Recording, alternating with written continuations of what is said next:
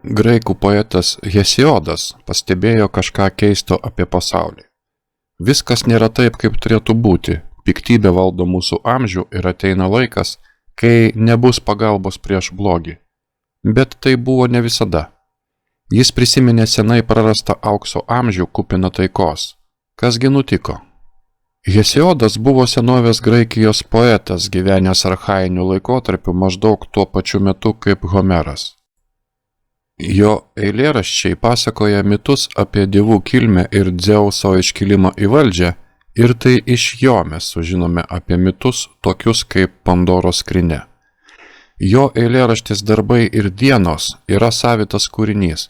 Daugiausiai tai ūkininko kalendorius, kuriame jis moko savo brolį žemdirbystės, tačiau tarp jų yra įpinti mitai, istorija ir gyvenimo pamokos. Jame taip pat atskleidžiama tamsi tiesa apie žmoniją ir žmogaus būklę. Po Prometėjo ir Pandoros mitų pristatymo Hesiodas aprašo 5 žmonių amžių legendą, mitinį žmonijos istorijos perpasakojimą suskirstytą į skirtingus amžius. Čia Hesiodas pasakoja, kaip žmonijos dabartinė vargana būsena susiformavo. Pirmasis amžius buvo aukso amžius. Švytinčių veidų žmonių karta buvo sukurta nemirtingųjų, gyvenančių Olimpo kalne ir valdoma Krono. Šie žmonės turėjo fumos arba dvasios stiprybę, kurios neslėgė nerimas, darbas ar sielvartas. Tai buvo klestėjimo laikas. Hesiodas rašė, visokios gerybės jiems priklausė ir jie ramiai bei taikiai gyveno iš savo laukų, turėdami daug materialių turtų. Žmonės neseno, jie išliko jaunatviški, kol galiausiai ramiai mirė.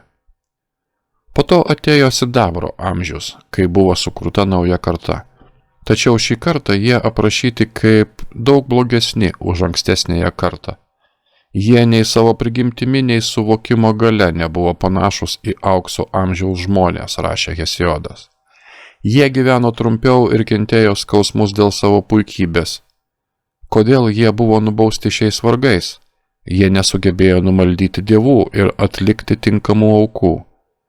Hesiodas rašė, jie nenorėjo rūpintis nemirtingais dievais, nei aukoti ant šventų palaimintų dievų aukurų, kaip kosminis įstatymas reikalauja elgti žmonėms.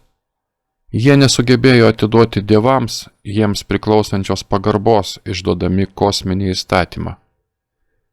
Trečiasis yra bronzos amžius, žmonių karta apsėsta karo. Jie buvo smurtiniai ir baisus ir užsiėmė Areso vargingais darbais. Ir vėl puikybės veiksmai žymėjo jų valdymą. Ši karta buvo sunaikinta savo pačių rankomis. Jis rašė, ir jie buvo sunaikinti, kai žudė vieni kitus savo rankomis, ir bevardžiai nuėjo į drėgną šaltą Hado namą. Taip, bevardė mirtis vis tiek juos pasiėmė, kad ir kokie baisus jie buvo. Nors ankstesnės kartos patyrė nuosmukį, kitas amžius, didvyrių amžius, buvo sudarytas iš dieviškų ir teisingų žmonių. Tai Trojos karo amžius, kurį aprašo Homeras. Jis vis dar persmelktas karo, bet tai laikas, kai žemėje klajojo didvyriai. Penktasis ir dabartinis amžius yra geležies amžius. Hesiodas neslėpė savo nepasitenkinimo šią kartą.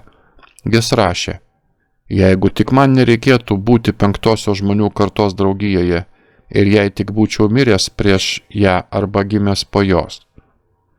Tai karta, kuri nežino laisvės nei dieną, nei naktį, kenčianti nuo triūso ir kančių.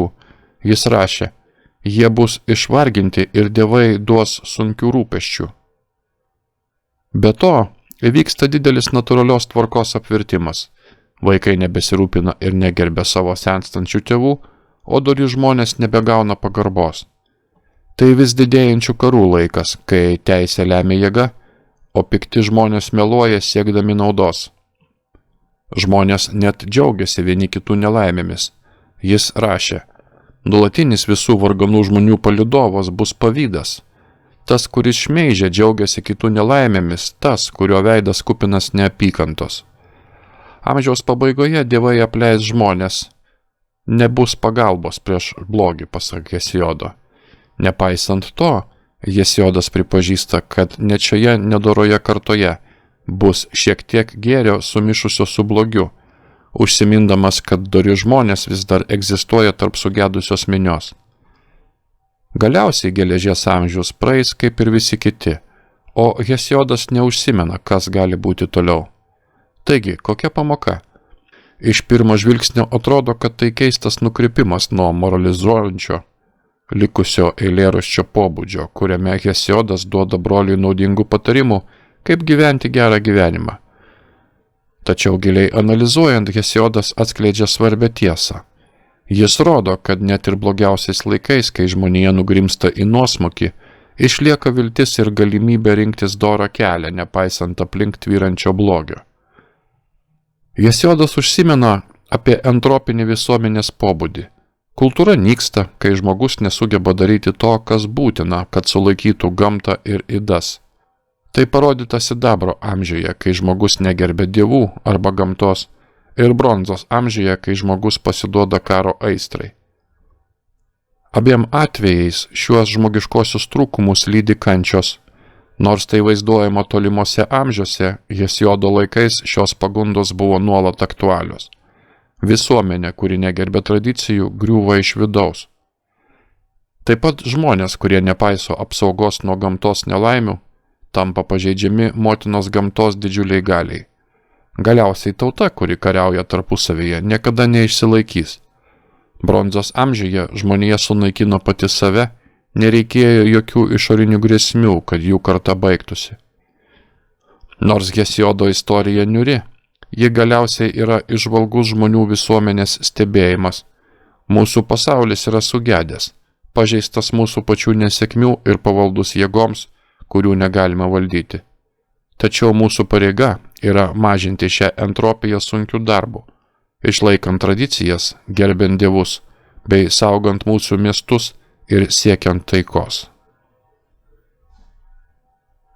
Paruošta pagal Thinking West medžiagą.